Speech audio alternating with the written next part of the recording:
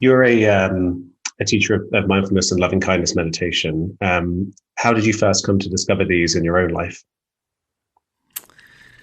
I went to India quite some years ago because the years go by, and suddenly, January 7th, I celebrated my 50th anniversary of beginning meditation.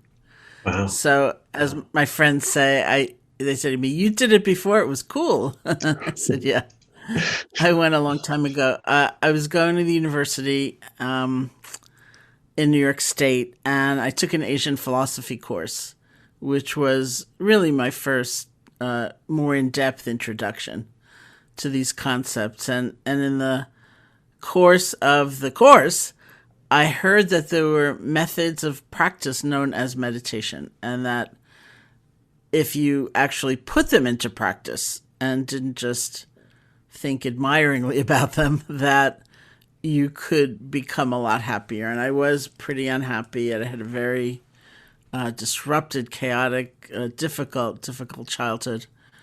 And somehow, and I think about this moment so much, like, why wasn't I content just to stay at the university and think about these things now and then, or try to read a few more books about it? I just had a passionate desire to actually learn how to meditate. So this was 1970. I looked around the city in New York State that I was going to college in. I didn't see it anywhere.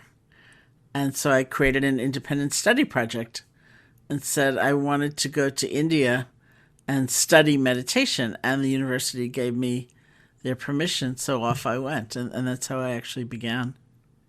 Wow. And so, was it fairly early on in your time in India that you came across the Theravada tradition and the practices that you focus on, of vipassana and metta? It took a few. Well, of course, I also traveled overland as we tended to do in those days. Bus and train, and it took a little bit of time in India to find just what I was looking for, because I had a great desire for something very pragmatic, very direct, and even though it was within the context of the Theravadan tradition, it like Goenka, SN Goenka was my first teacher, and the first night of the retreat, the first retreat that I did, he said the Buddha did not teach Buddhism, the Buddha taught a way of life. And that was very much what I was looking for. So it did take me a while to find just that. Yeah, actually, my first retreat was also a Goenka retreat, but unfortunately, I had to settle for having videos of him giving talks instead of the man himself. Oh But yeah, yeah, yeah, even on the yeah, videos today, he makes the point that he was very much, raised a Hindu and saw these as a very pragmatic thing that could apply to anyone, right? yeah, yeah. Yeah. And then so this was kind of vipassana, the kind of insight meditation. But in your career, you've become a real kind of leading voice on loving kindness or metta Yeah, meditation. yeah, Did that come yeah. along in the same retreat?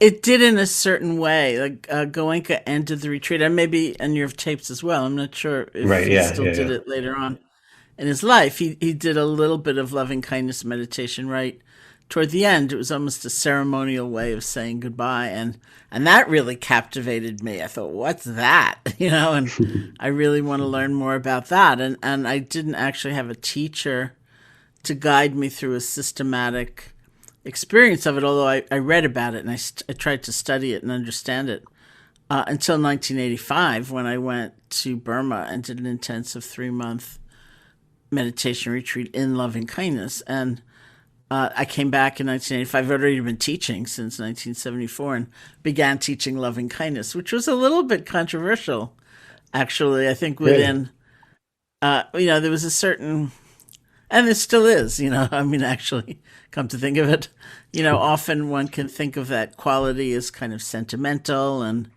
lacking power and lacking conviction, about, say, social issues, or just being kind of goofy. Um, and from the Buddhist perspective, some people would say that it is not an insight practice. It really deals with relative reality, like I, you, and and yet I really felt, both from my own experience and then as I began teaching, that mindfulness, which is a word that has many definitions, if you define it as a quality of awareness where our perception of what's happening in the present moment is not distorted by bias, old fears, projection into the future, conventional judgments. That's not that easy, actually, especially if you have any kind of tendency toward self-denigration or being very hard on yourself, or not giving yourself permission to feel what you're actually feeling.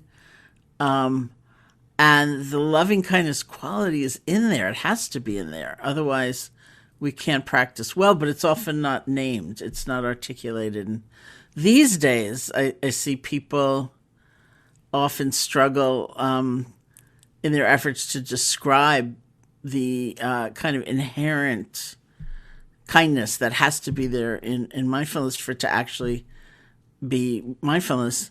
And they try to say like warm mindfulness or kindfulness or loving awareness, or, and I just say mindfulness because that's, it's been 50 years.